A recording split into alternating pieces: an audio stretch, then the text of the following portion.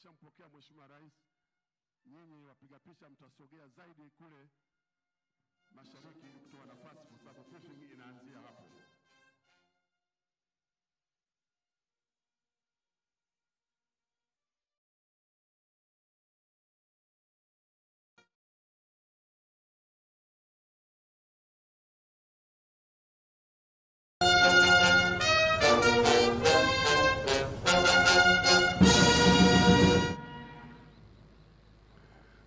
Kwa heshima kubwa kabisa, Mheshimiwa Rais anaposhuka kwenye gari, sisi tutakuwa na kazi moja kubwa kabisa.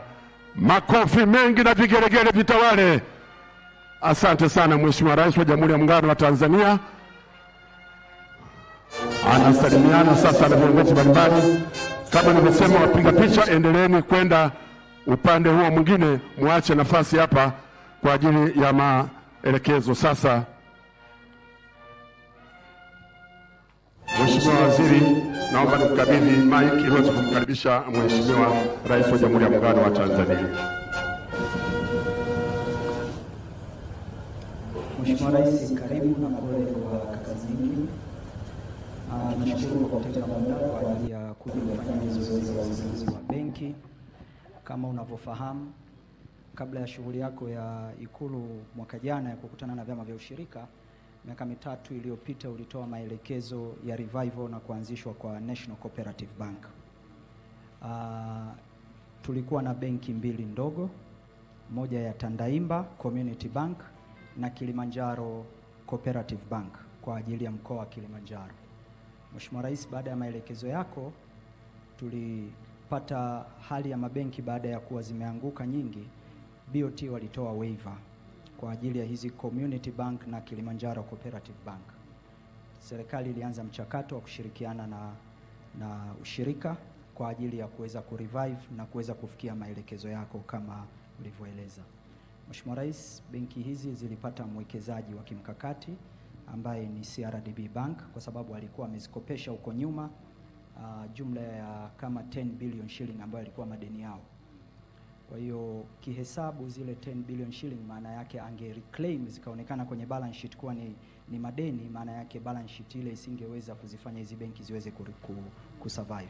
BOT walitoa time, CRDB wakakubali kwamba kuziwaive zile na baadaye watakuja kuwekeza kama strategic partner, then wakatusaidia kupata management, zikawa kwenye Tandaimba Community Bank na Kilimanjaro Cooperative Bank. Hii ni community, hii ni cooperative.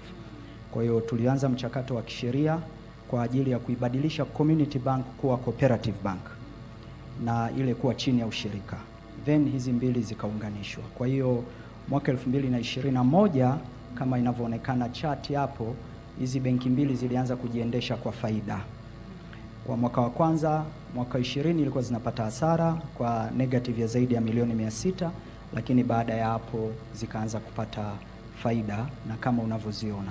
Baadaye tukaamua kuanza mchakato wa National Cooperative Bank sasa, kwa kuwa tayari tuna msingi wa kwanza.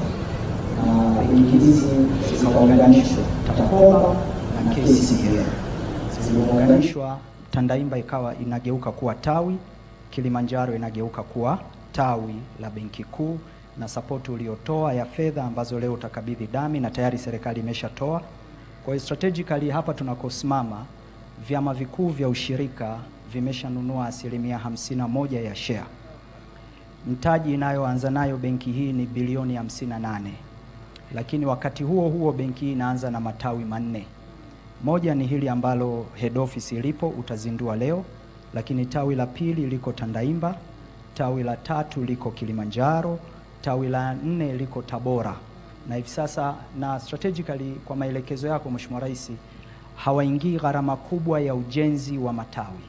Tunatumia majengo ya serikali ambayo tunayo katika mikoa, ambayo badala ya kuwa tu ni sehemu ya kukaa maafisa, kwa standard za BOT wanajigeuza lile eneo linakuwa branch, wanaendelea ili kuwapunguzia capex ya kujenga infrastructure za warehouse za branches. Lakini vile vile Mheshimiwa Rais, benki hii inaanza na agents 58.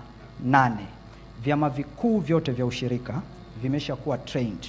na vyote vimepata leseni ya kuanza kuwa mawakala wa Tanzania Cooperative Bank.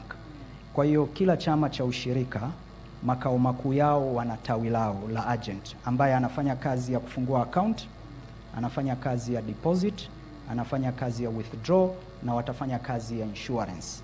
Na hivi ninavyoongea, mfano tumeanza msimu wa tumbaku leo. Mnada wa kwanza umeanza leo. Makampuni yote makubwa yanayonunua tumbaku yamefungua account kwenye benki hii. Kwa hiyo tunataka wale off-taker wote wa mazao wakubwa waweze kuwa na account na transaction kupitia benki hii. Haina maana tunawaondoa kwenye commercial bank, lakini wakulima kule vijijini, mfano kule kwetu Tabora Wetco, hawezi kusafiri kutoka Uliankuru kwenda Urambo mjini wapi. Ile ofisi ya Wetco inafanya function ya withdraw, deposit na kila kitu. Kwa hiyo huo ndio mwelekeo. Sasa hivi asset value ni zaidi ya bilioni 30. Mkopo umeshatoka mpaka sasa 50 milioni na wanaanza zaidi ya 11 bilioni. Kwa hiyo Mheshimiwa Rais, naomba nimkaribishe kidogo mkurugenzi mtendaji ili aweze kuongea. Strategically CRDB wametupatia management kwa sababu naye ni shareholder. Sasa hivi ushirika tuna own 51%, serikali 10%, halafu wawekezaji wa kimkakati wana own 39% zilizokuwa zimebadilika. Na mpango ni kwamba kwa miaka mitatu ijayo tunataka kwenda kwenye stock exchange kwa sababu issued shares na zaidi ya bilioni 250, lakini paid up mpaka sasa ni bilioni 58. Mheshimiwa Rais, karibu sana. Tunafarijika kwa uwepo wako. Tumetekeleza kwa kweli kwa sehemu kubwa maelekezo yako na matamanio yako. Unakumbuka tukiwa Ikulu mwaka jana, ungetamani hii kuwa ni legacy yako baada ya muda wako kukoma. Maono yetu ni kuwa benki ya kidigitali itakayowafikia Watanzania wengi zaidi. Tunajipanga kwa mifumo ya TEHAMA kuhakikisha kwamba zaidi ya 78% ya Watanzania ambao hawana huduma za kibenki, hasa vijijini, lakini pia kwenye mnyororo wa thamani wa kilimo biashara, wanawake, vijana na watoto. FinCorp study ya saturation ya huduma za kifedha kwenye uchumi wetu ni 22% sasa hivi. Maono ya benki hii na kama ulivyoelekeza ni kuhakikisha kwamba Watanzania wote wanapata huduma za kibenki. Na kwa sababu wengi wao hawako kwenye uchumi rasmi, tunatengeneza bidhaa na huduma zitakazowavutia vijana na wanawake, wakulima wasio na account kwenda kwenye uchumi rasmi wa kifedha. Na hiyo ndio dira ya benki hii. Tumejipanga kwa mifumo kama alivyoeleza Mheshimiwa Waziri na kuhakikisha kwamba benki kufikia mwaka 2030 tunawafikia wateja wasiopungua milioni 10, ambao ni mara 2 ya wateja wote walioko kwenye sekta ya fedha sasa hivi hapa nchini. Lakini pia tumejipanga ifikapo mwaka 2030 tutakuwa